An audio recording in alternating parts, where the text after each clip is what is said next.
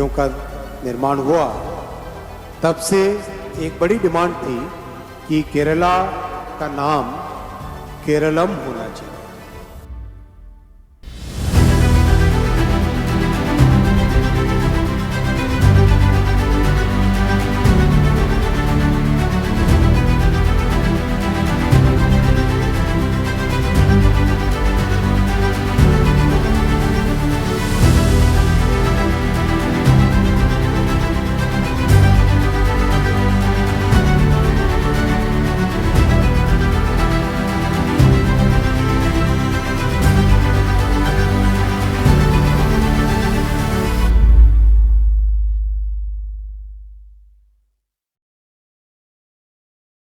भारत के दक्षिण पश्चिमी छोर पर बसा एक राज्य, जहां समुद्र है, पहाड़ है, मसालों की खुशबू है और एक गहरी सांस्कृतिक पहचान है। हम उसे आज केरल कहते हैं, लेकिन क्या वो जल्द ही केरलम कहलाएगा? और अगर हां, तो क्या बदलेगा? सिर्फ एक अक्षर या एक पूरी पहचान? क्या सच में केरल अब केरलम बनने जा रहा है, या ये सिर्फ नाम बदलने की राजनीति है, या फिर यह एक ऐसी पहचान की वापसी है जो सदियों से अपनी भाषा में जीवित है? हाल ही में केरल की राज्य विधानसभा ने केंद्र सरकार से आधिकारिक रूप से सिफारिश की कि राज्य का अंग्रेजी नाम केरला की जगह केरलम किया जाए।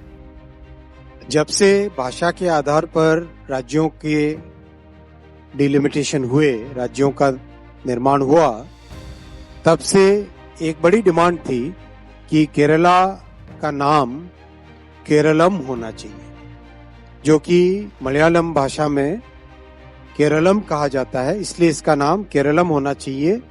ये बड़े लंबे टाइम से डिमांड रही है। मलयालम भाषा में इस राज्य का पारंपरिक नाम हमेशा से केरलम रहा है, जबकि केरल उसका अंग्रेजीकृत रूप है।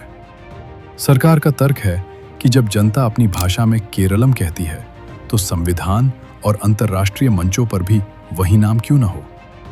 लेकिन यह फैसला इतना आसान नहीं है। भारतीय संविधान का अनुच्छेद 3 स्पष्ट करता है कि किसी भी राज्य का नाम बदलने का अंतिम अधिकार संसद के पास है। प्रक्रिया राज्य विधानसभा के प्रस्ताव से शुरू होती है, जो गृह मंत्रालय को भेजा जाता है।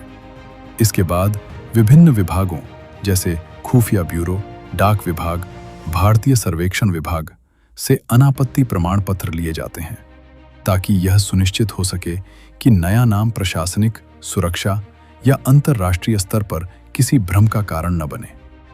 राष्ट्रपति की पूर्व अनुशंसा के बाद ही विधेयक संसद में पेश किया जा सकता है। साधारण बहुमत से पारित होने और राष्ट्रपति की मंजूरी मिलने पर संविधान की प्रथम अनुसूची में संशोधन होता है, जिसमें सभी राज्यों और केंद्र शासित प्रदेशों के नाम दर्ज हैं। तभी केरल आधिकारिक रूप से केरलम बन पाएगा। अभी प्रक्रिया जारी है, फैसला अंतिम नहीं है। इतिहास पर नजर डालें तो यह पहली बार नहीं है जब किसी राज्य ने अपनी भाषाई पहचान को आधिकारिक रूप देने की कोशिश की हो। ठीक उसी तरह जैसे पहले मद्रास से तमिलनाडु, उड़ीसा से ओडिशा और पौंडीचेरी से पुडुचेरी जैसे नाम बदले गए थे। हर बदलाव के पीछे तर्क था, स्थानीय भाषा और सांस्कृतिक अस्मिता को सम्मान देना। केरलम शब्द की जड़ें भी गहरी हैं। सम्राट अशोक के 257 ईसा पूर्व के अभिलेखों में इस क्षेत्र का उल्लेख केरल पुत्र के रूप में मिलता है, जिसे चेरा राजवंश से जोड़ा जाता है। विद्वानों के अनुसार चेर का अर्थ है जोड़ना और अलम का अर्थ है भूमि, यानी केरलम का अर्थ हुआ जुड़ी हुई भूमि। गोकर्णम से कन्याकुमारी तक फैली सांस्कृतिक और भौगोलिक एकता का प्रतीक। 1920 के दशक में ऐक्य केरल आंदोलन ने मलयालम भाषी क्षेत्रों को एक राज्य में संगठित करने की मांग उठाई। स्वतंत्रता के बाद राज्य पुनर्गठन आयोग की सिफारिश पर 1 नवंबर 1956 को आधुनिक केरल राज्य का गठन हुआ। यह दिन आज केरल पीरवी दिवस के रूप में मनाया जाता है।